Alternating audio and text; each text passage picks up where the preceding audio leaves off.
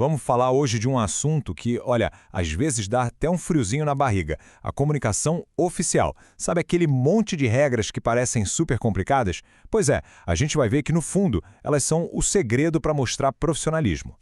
Fala a verdade, quem nunca, né? Aquele segundo de pânico antes de clicar em enviar, lendo e relendo tudo, com medo de soar informal demais, ou pior, cometer um erro bobo. Essa insegurança é super normal, mas acredite, tem solução.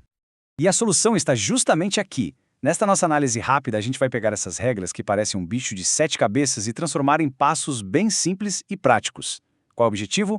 Que todo mundo consiga escrever com segurança, com clareza, sem medo de errar.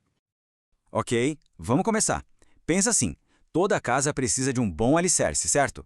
Na escrita é a mesmíssima coisa. Então, vamos primeiro entender os princípios que seguram toda a comunicação oficial.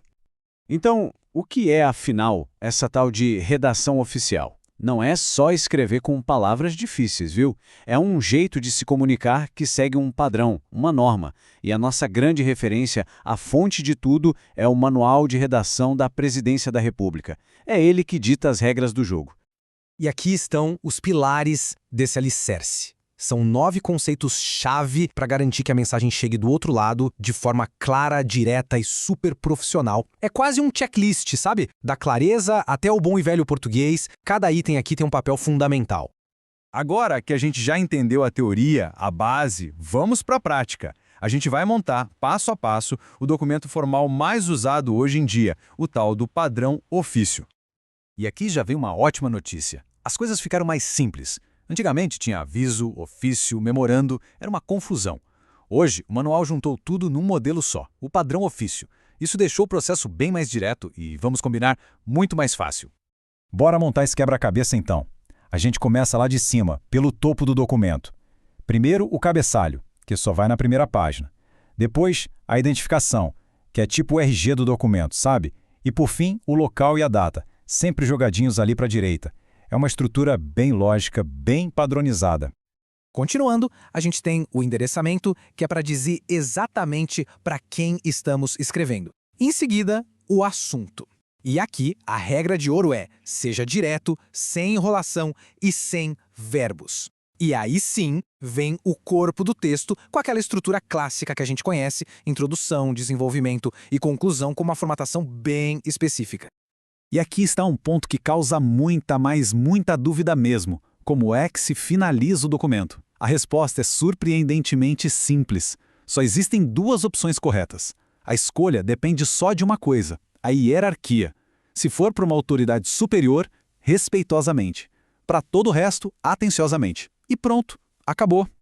Beleza, a gente dominou o documento em papel. Mas e na nossa vida real, no mundo digital? Como é que tudo isso funciona no e-mail, que é a ferramenta que a gente usa o tempo todo? E o ponto principal é exatamente este. Não dá para cair na armadilha de achar que e-mail é uma conversa de WhatsApp. No ambiente de trabalho, o e-mail tem o mesmo peso de um ofício. Ele é sim um documento oficial e, por isso, precisa do mesmo cuidado, da mesma formalidade. Olha só, a diferença entre um e-mail que funciona e um que vai ser ignorado muitas vezes começa no assunto. Um título vago como reunião não diz nada. Agora, um assunto claro e específico como de exemplo já mostra do que se trata e qual a urgência. A diferença é gritante. E aqui está uma colinha para o e-mail perfeito. A estrutura não tem erro. Uma saudação formal, o fecho padrão que vai ser sempre atenciosamente e uma assinatura bem completinha para não deixar nenhuma dúvida de quem está enviando a mensagem. E para a gente fechar com chave de ouro, vamos dar uma olhada rápida numa listinha do que evitar a todo custo. São as dicas finais para não escorregar no profissionalismo. Essa lista de erros é bem clara, né? Comunicação oficial não é lugar para emoji ou abreviação de internet. Escrever em caixa alta, a gente sabe, parece que estamos gritando. Imagens no meio do texto podem bagunçar tudo. O segredo é manter a coisa toda limpa, direta e profissional. No fim das contas, tudo se resume a isso aqui. Seguir essas regras não é só uma formalidade boba, uma burocracia. É, na verdade, um jeito de mostrar competência, organização e, principalmente, respeito por quem vai ler a nossa mensagem. E para a gente terminar, fica a reflexão. Conforme a comunicação digital avança, com novas ferramentas surgindo o tempo todo, será que essas regras de formalidade vão mudar? Ou será que a necessidade de clareza e padrão vai ser sempre essencial, não importa qual seja a plataforma? Fica aí a pergunta para a gente pensar. Se inscreva no canal, deixe o like, não custa nada e ajuda muito o nosso portal EAD a crescer.